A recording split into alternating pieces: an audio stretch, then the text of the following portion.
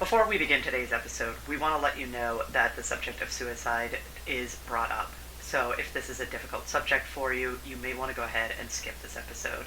If you are struggling with thoughts of suicide, help is available. If you are in the United States, you can reach the Suicide and Crisis Lifeline by dialing 988.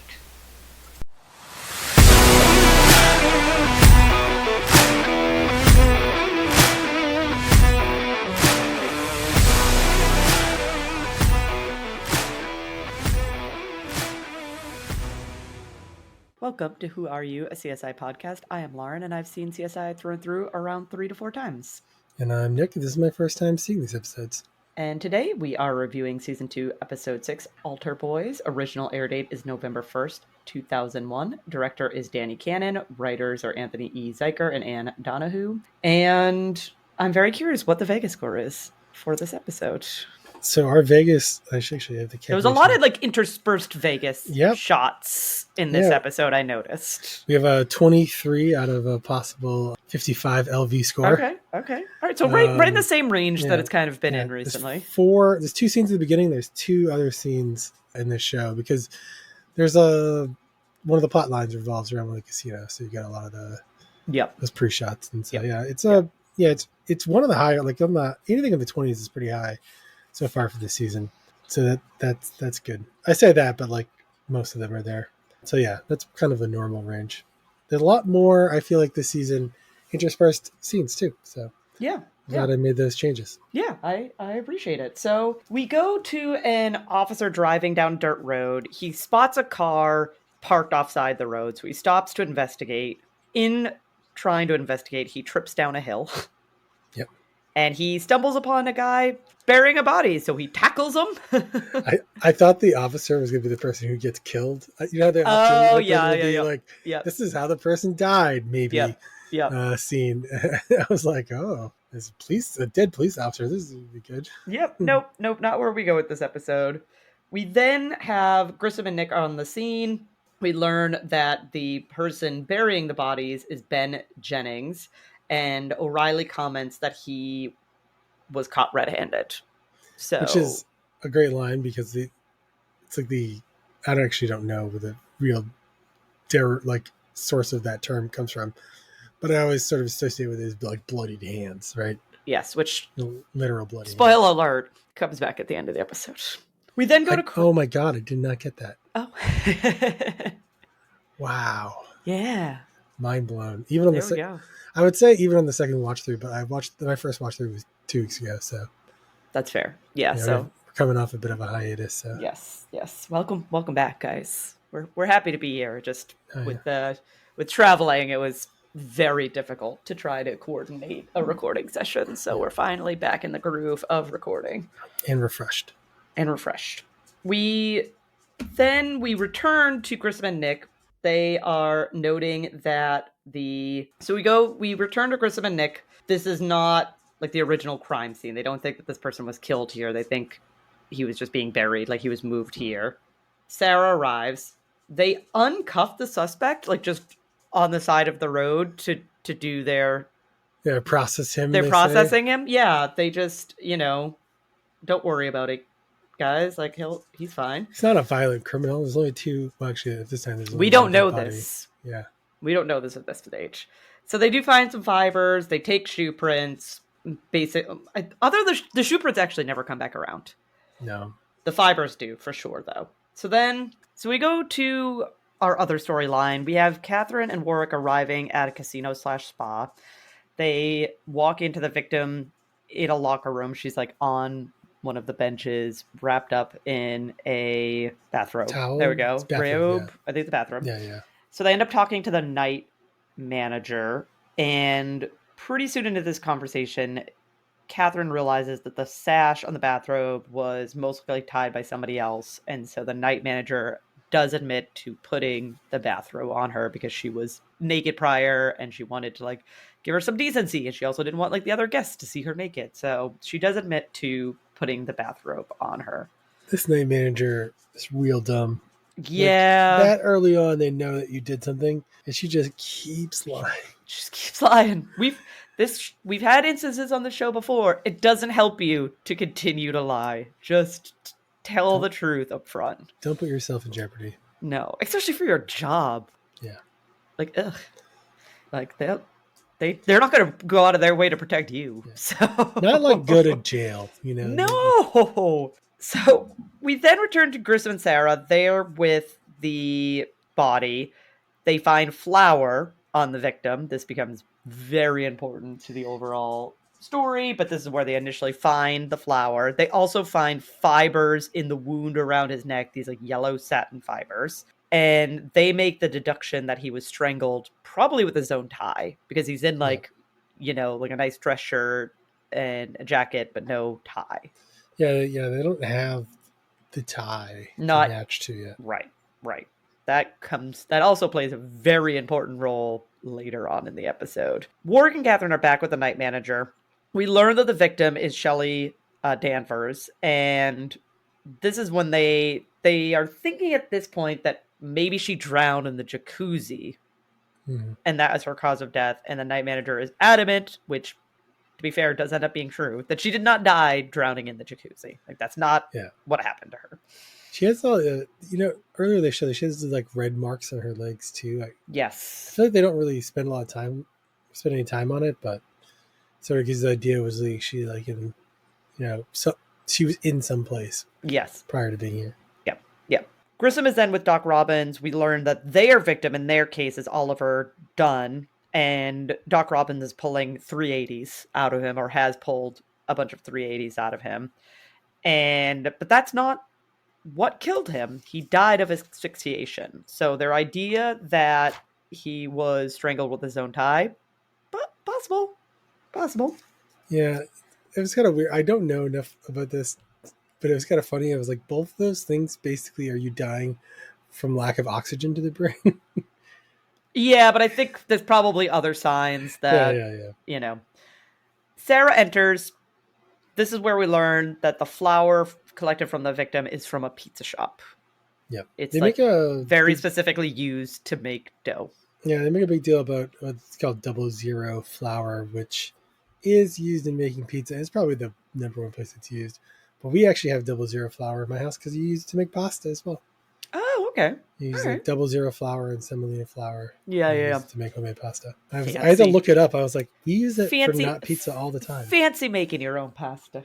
Yeah. I always think about making my own pasta, and guess what? I never do make my own pasta. Here's the thing. Fresh, wet pasta is not the same as like dry pasta. Yeah. There are different types of pasta. Yeah.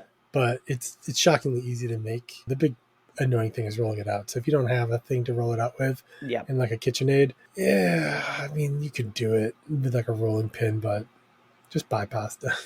Oh no, I mean, I buy pasta delicious. Especially because I buy like the protein pasta in an attempt to be like slightly healthier with my pasta consumption. So I learned you can put that in Italy is like illegal to put cricket powder into your pasta. But cricket powder is a high protein powder. Yeah. But there's I guess they made it legal to sell, but it's illegal to put in pasta or something, or can't call it pasta if it has that makes sense it in it or something. Yeah. But yeah, it's good to put a little bug protein in your pasta. You'll get a nice high protein kick. Yeah. Just getting those bugs in my Grissom diet. would appreciate. He would or totally. maybe not, because you have to kill them. I don't know. Yeah, I think he'd still appreciate it. Depends whether or not they help him solve a murder. Yeah. So we move from this scene to Grissom and O'Reilly with Ben in interrogation. He lost, quote unquote, his gun because it's like his gun, like a gun registered to him shoots 380, so it like matches the bullets that were pulled from the victim. And Ben ends up admitting that he works for Dante's Pizzeria, but he's a delivery driver, which becomes important. This bothered me so much because like it would be so easy for you to touch anything that any surface touched. That has flour. Yeah, I know. Flour is one of those things that can get everywhere. Yeah, especially in like a store that's using it every day. I was like, I don't think this holds water, but I get what they're trying to get at. Yeah, I get what they're. Yeah. On the second watch through, I was like, yeah, they're just trying to set it up and.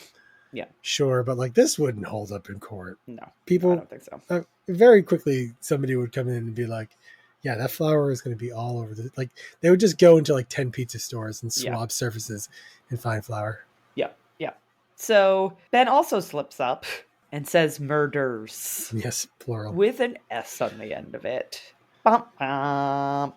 That transfers us to the team scanning the area that they were in where they, caught Ben burying the one body. They locate a body. They use, they have like the ground penetrating radar. Okay. They locate a body. Grissom ends up talking to Ben for a little bit, and this is where Ben says that he's not a bad person. At first, I thought this extra body was going to be like old. From months ago or something. No. Did you just not notice the giant pile of dirt? Person-sized disturbed area of dirt. And how far do you think, if you're in the middle of desert hiding, hiding bodies, how far do you think someone's really going to move it around?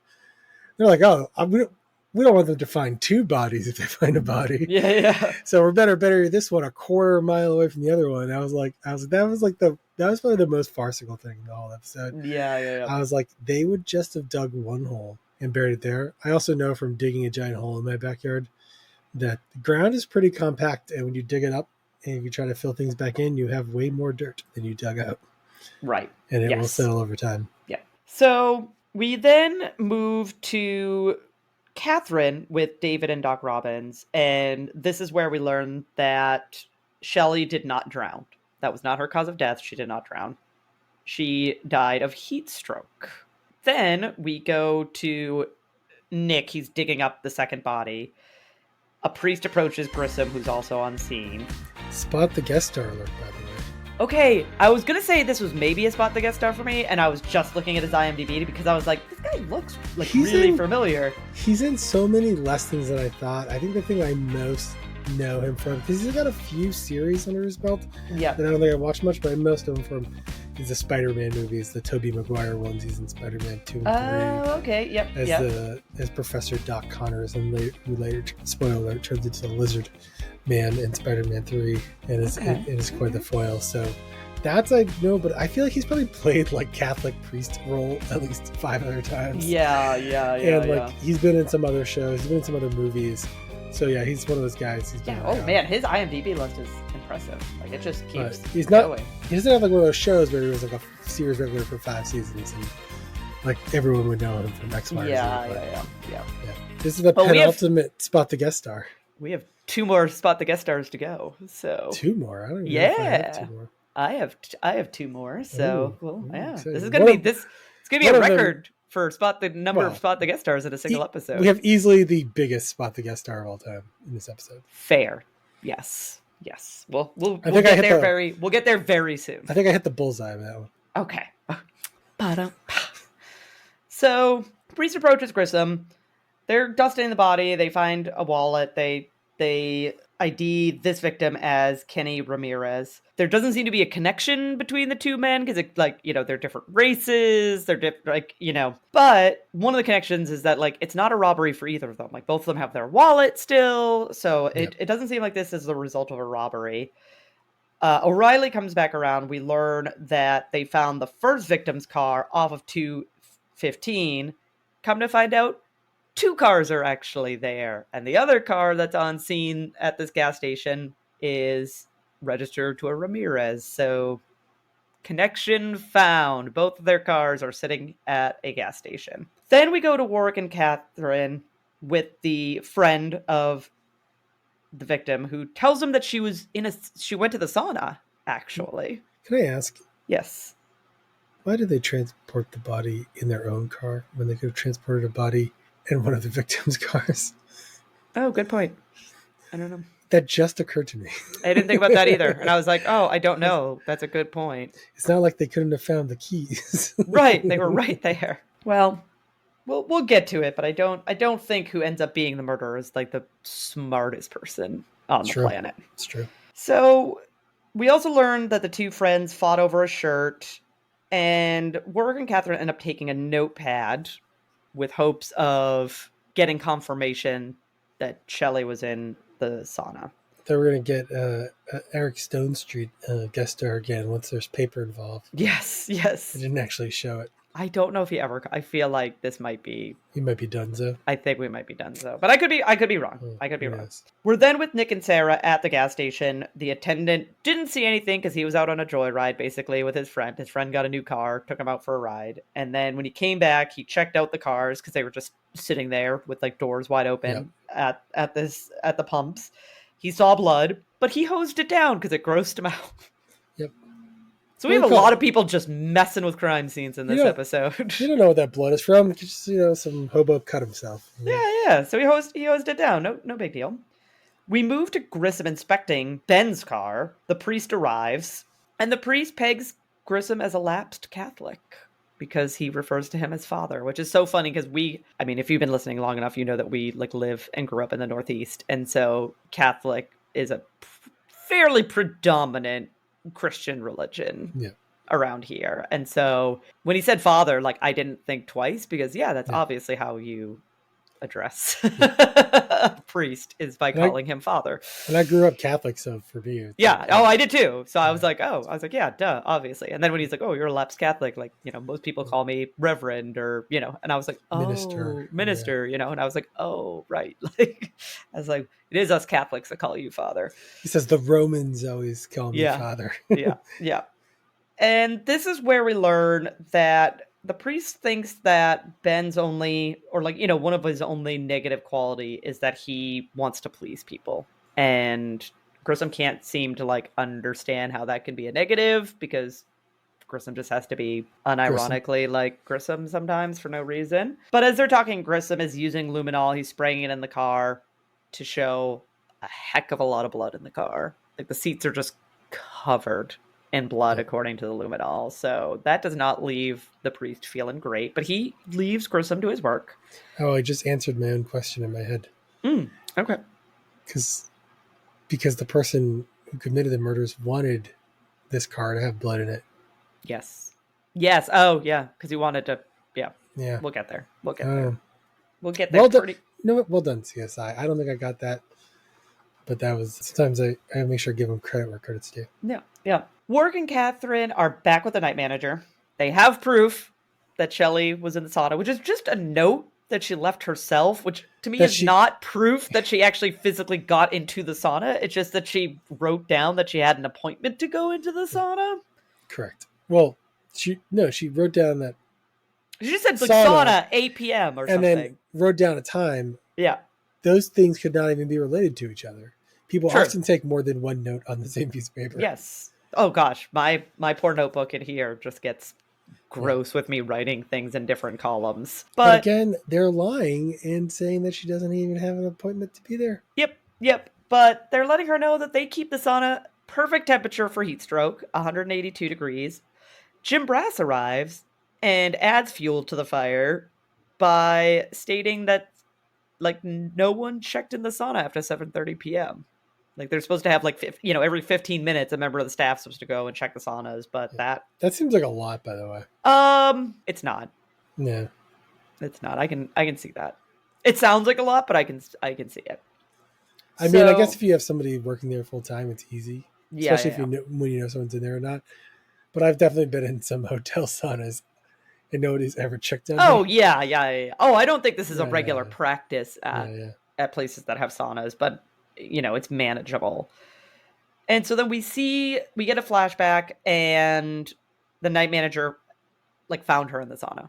The night manager comes in, she goes to check the sauna, finds the victim in the sauna. We're then with Grissom, Sarah, and Nick in an evidence room. The bullets pulled from the victim are from the two victims, Matt, they're all the same from the same gun, and that gun matches Ben's gun, I think, or I think it's the caliber of the bullets because they don't have the gun at this stage. But the fibers that they pulled from the victim do match the fibers from Ben's car. Yep. But Grissom is telling them that great, but you haven't proved murder. You've proved burial. You proved that he buried these people, but you have not proved that they have killed them. But Nick especially is pretty firm in thinking, is pretty adamant in saying that no, we got the guy, we have the evidence, and so he convinces Grissom to file charges, like to go to the DA and say, like, we have enough evidence to charge this person. Now, do you think that if they hadn't done this, that they somehow could have later not passed that evidence on? Or would they just had a little bit more time? I think they would have just had more time. Okay. I think so. I couldn't quite understand what the episode was, if they were trying to imply that this was like a inflection point, and that maybe if they hadn't done this, I mean, I think the idea is that they shouldn't. I think the idea is that they shouldn't have, right? But like Nick at one point says, "I think we made a mistake by pushing Grissom to file those charges." Yeah. So I do think we are supposed to take it as a mistake, but I don't know. Like someone's gonna come asking, "Hey, where's all the what have you figured out from this case?" You can't be like, "Oh yeah, we have a whole bunch of evidence of this one guy, but we don't think he did it." Yeah, but we don't think he's the murderer. That's my job. Yeah, exactly. Yeah. So at the end of the day, would it have really changed the outcome? I'm not sure. Yeah. But Warwick and Catherine are like walking out. They're done. Case over. And Jim Brass intercedes them and says, like, well, he's going to go see Tina alone then, because they had a cat fight over a guy named Jeremy. And so Jim Brass wants to do some talking to Tina. Classic Jeremy. So I know. Screw you, Jeremy. So we're then with Grissom. He's at a computer. Nick's in the room with him. And Grissom wants to look deeper into Ben's character, which again, Grissom tells people to not get too invested in cases, and then gets very vested in cases himself. He's also like using that as a euphemism unnecessarily. Yes, this is also I feel like he's supposed to be foreshadowing, like looking into his past. Yes, yeah. And so we learn through his searching that, like, you know, Ben has some crimes, but they're all like petty, they're non-violent, you know, like pretty minor things. But his brother Roger has a whole list of violent crimes. So yeah. And this is where Nick, you know, after Grissom leaves, this is where Nick admits that they might have been wrong to file the charges against Ben. I'm a little like put off, but there's a lot of like jump to conclusions, judge a book by a cover to this angle. But it does pan out, so I guess it does pan out. It does. I don't know. This is one where it is fair. It's okay to use that to look for evidence, you know, but you should be careful about condemning somebody out of the gate. I agree. You need a little bit more than they've done some bad things in the past. That doesn't necessarily mean, like, yes, it's a higher likelihood that they will repeat, but it's not a guarantee. Grissom and O'Reilly are then at the jail with Ben. Grissom is asking about his brother. We quickly then move on to Grissom and O'Reilly at a pizza shop, where we meet Roger, our second spot, the guest star, a one, Jeremy Renner. Famous Avenger. Yes. Jeremy Renner, aka Hawkeye, but also many other things. Many other things, yes. But probably best well known for playing Hawkeye, though. Including surviving a horrendous oh my gosh. Snow grooming accident, I guess is the best way to put it. Snow. Yeah. Plow accident. But he's doing great. Yeah. He's like thankfully has recovered. Yeah. But in this episode, he's not a lovable character. There's really nothing endearing about him in this, because he looks very shady. He acts very shady. It's quite good. Yeah. Oh, he does a great job, and he very quickly puts the blame on Ben. Ben did it. Like Ben did these murders, and then we see a reenactment of the murders as if Ben was the killer. Yep. So we at see the gas station. At the gas station, we see a reenactment of the killings as if Ben was the one who committed them. This brings us to Sarah and Nick at a trailer park. They're going inside of a trailer. We are to assume that it's Roger's trailer. Sarah finds dry cleaning, which is very strange because obviously dry cleaning is an expense, and you know, money was not flowing. Again, that's I know people want to spend money on what they want to spend money on. No, I mean, like, this is a low income trailer. Yeah, couldn't possibly afford dry cleaning. Yeah, but they do find like a spot of blood on the shirt that's in the dry cleaning bag, and then Nick finds a gun in a barrel right outside the trailer. Pit barrel. Yeah, like a fire pit barrel. Finds a gun in there. Brother walked into jail. So we see Roger being walked into the jail. Some real stank eye going back and forth. Yes, some pretty intense glances between, well, more so Roger just giving eye daggers to his brother, and his brother being like, what's up, man? I think he believes them that his brother ratted him out. I think he does. Yes.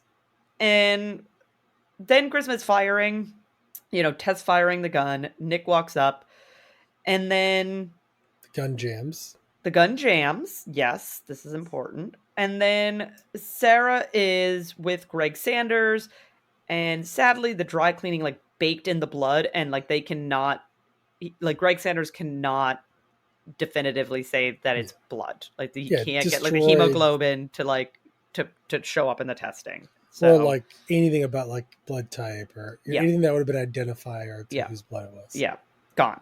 So Grissom and Nick are with the ballistics guy. He is saying that the barrel has been altered somehow, so there's no way that he can match scene. Yeah, he can't match the bullets to the barrel because the barrel has been altered. Haven't we had a whole firing pin thing before? Yes, we did. In the coffee shop where the 5 people were killed.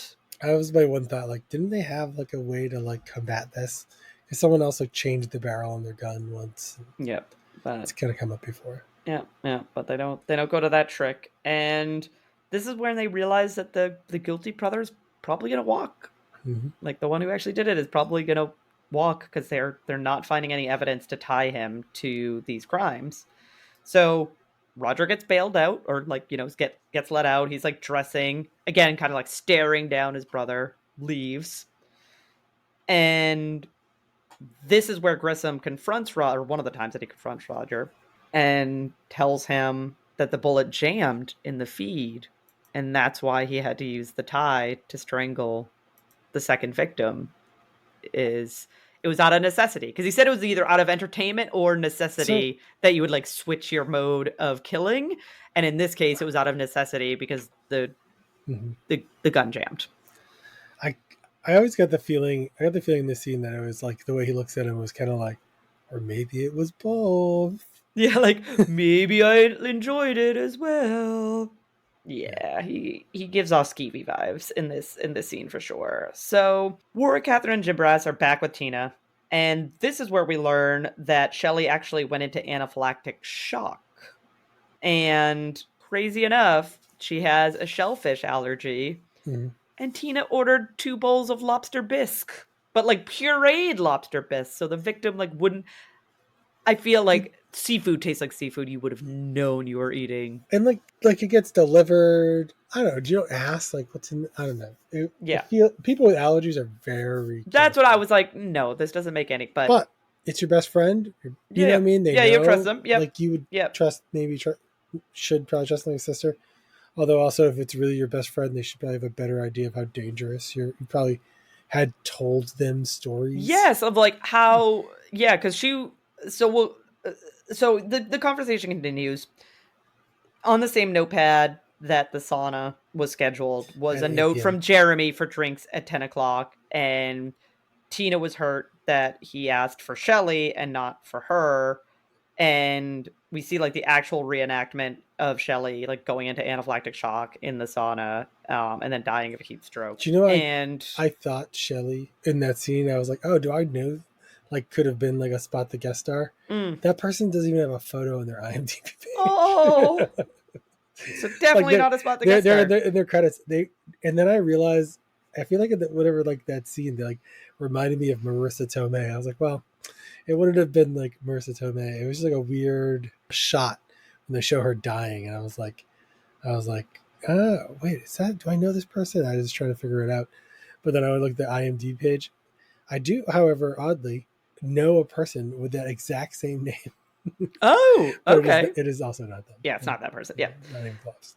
And we learn in this conversation, as Nick mentioned, that her intention wasn't to kill her friend.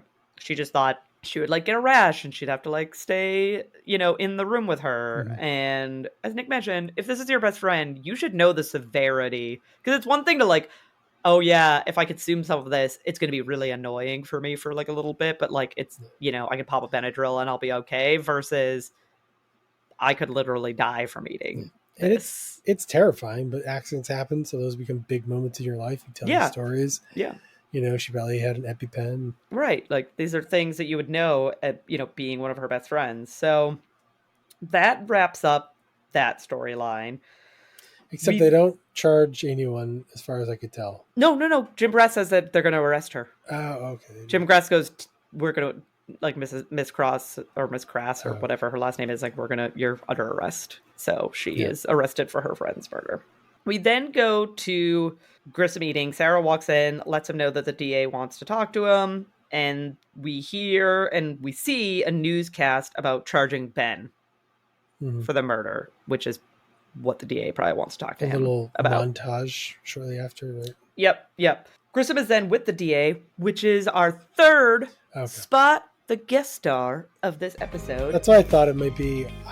I don't know who this person is. This is Sasha Alexander. I know her from NCIS. She was Caitlin Todd. So she was in 50 episodes of NCIS as Caitlin Todd. She's been in a few other things as well, but that is definitely where I know her. She's in that show Rizzoli and Isles or something. Like something episodes of it. Oh, okay. I've never seen that show. I remember that being advertised on TV, and that's funny. Yeah, I never saw that show, but I primarily know her from NCIS. So this is our third spot the guest star. So as he's talking with the DA, we learn that Roger brought in the tie. Yep. Dropped off the tie. Thought maybe it would be important to the case. They didn't do a very good job searching his trailer. Evidently not, because he hid it somewhere. Or his pizza place. Or yeah. This brings us to Grissom with Ben, and he's almost begging Ben to tell him like how his skin cells, like how his epithelials got on the tie. Like you need to explain this to me, because like this does not look good that your skin is on the tie. And this is when O'Reilly tells Ben that his brother is framing him. Like he doesn't understand. He doesn't quite get it. And then we see a reenactment where Roger asks Ben for the tie. Like, oh, I like that tie. Can you grab it for me? And so Ben takes it off the victim and like runs it through his hands as he's like pulling it off the victim, thus getting his skin cells all over the tie. And they're letting him know like how long he might be in jail, like his possible sentence. And he's saying that he doesn't think he can do that sort of time. Like he doesn't think that he can manage that, which transitions us. They make it sound like they would even potentially give him the death penalty. Yes. But they originally said like your best choice chance is life without parole. Yes. Yeah. And so this brings us to a scene where we see like the papers being filed. We hear like kind of muffled background voices saying like guilty on all counts, life. We're kind of seeing the paperwork and hearing the process happening. And then we go to Grissom entering a church. He sits down with the priests and he admits that they arrested the wrong brother. Like he knows that they arrested the wrong brother. And then he and the priest have a conversation about, religion in Grissom's life. And Grissom believes in God, but he doesn't believe in organized religion. But the priest points out that he still suffers like a Catholic. Like that he doesn't think Grissom has been able to shake off. We then have a quick scene with Grissom and Catherine talking about like spa safety. Like the news is going to call, and Grissom basically just has to give a little note that this was like an isolated incident and you can still go to spas at the casinos and it's not a big deal. And then after Catherine walks away, we see like a flurry of activity. We see all these officers running in the background and kind of hear them like shouting. And then Grissom follows into the jail, which I didn't realize the jail was like right there. It's a very odd setup. It's not like the prison, right? This is where you hold people. Yeah. So they run in, and I will have put a trigger warning at the beginning of this episode because this is a really tough scene. So, but here's your warning again, even though I'm going to have put one at the beginning of this episode. He used his own teeth to like slit his wrist, and he bleeds out. He dies, and Grissom is left with blood on his hands. Yeah. Well, also the brother's hand is now red. What do you mean the brother's hand is? He bled all over his own hand. Yeah. They caught him red-handed. Yeah. So that is the rather jarring end of this episode. I have two major things to say about the scene. The first is there's there's a really interesting notion here where through the episode, I was thinking like, I was expecting the priest to say something like talking about how God is the final judger of men. And Yeah. you know what I mean? Yeah. Like at the end of the Yeah. day, like that's who knows the real truth or whatever. And so like in the eyes of like a very devout Christian or Catholic, like life in jail is but a blink in the eye of eternity in heaven, right? That's Yeah. sort of like the selling point of religion. And but when he kills himself, he can, you know, in the eyes of traditional Catholicism, condemns himself to a life in hell or to eternity in hell. Yeah. And so Yeah. the one sort of like saving grace for him would have been, you know, he sort of robbed himself on it. And I was like, I feel like that was very intentional, right? And they show the religion iconography a lot. I think you're led to believe he's a quote unquote good Catholic, believes in the faith. Yeah. And so he would know all these things. The other thing is, I really don't feel like he should have felt so done for. Like, I know he could easily have felt that way in the moment, but I think practically he had a lot better chance of getting off than maybe they would like you to believe. Because, but I think they kind of set up throughout the episode that he's fairly gullible, and he's not very street smart, and he might not have had the wherewithal to think rationally about his situation. I mean, they never even gave him a lawyer. No. They talked to him many times without a lawyer present. Yeah. Why would he need a lawyer? Again, lawyer up, friends. So like lawyer up. Like a lawyer hopefully could have been around to explain that to him. So it's extra tragic in that sense, right? Yeah. Because like it was like in his mind he had nothing left to live for, but you know, that wasn't even known. No. And I mean, they could have called Grissom as an expert witness to tear apart his own evidence. You know? Yeah. But it's really is a very sort of tragic end to the story. Oh, I don't think we haven't really had anything like this in this show. No, this is very jarring.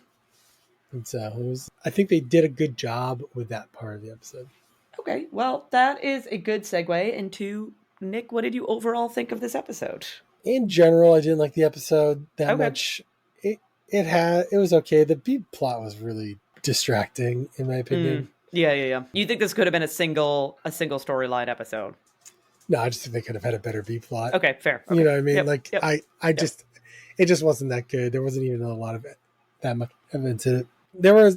It wasn't like, I feel like I have better appreciation having now just recorded this podcast. Like, you know, things you've pointed out or things we reviewed, being like, oh yeah, they did do an okay job here, an okay job there. Yep. So, but on the whole, it's probably on the lower end of episodes for me. Okay, that's fair. I actually tough to watch. I feel like. It's a tough episode to watch. It's definitely not like on the campier side. I overall liked this episode. I agree with you. Like storyline B, meh. Like I don't. Yeah.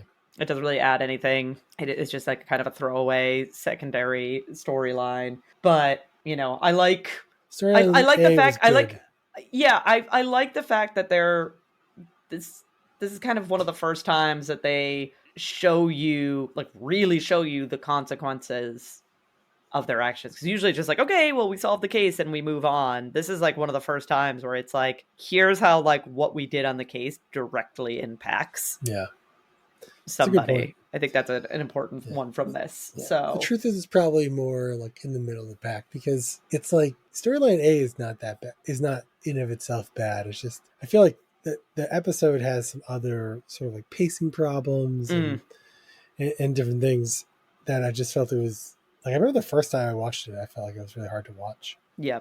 I wasn't being pulled into it. So it was missing a few things. And then, and some of that could just have been, I feel like I was really checked out from Storyline B the whole time. Yeah. I was like, I kept waiting for something to go on. And as Storyline Bs go, it's not like it's not like it's terrible. They're never really too good. I mean, the best episodes they are, but like, so maybe we'll put this somewhere in the lower end of the mid pack rather than say the lower end. We'll see. I mean, we're only 6 episodes into season 2, so we have quite a bevy of episodes left. Episode, I don't know what it was. Snow airplane episode. It was no airplane episode. It's better than that. Wasn't there already? I think I already have a note This is the airplane episode. Yes, we did.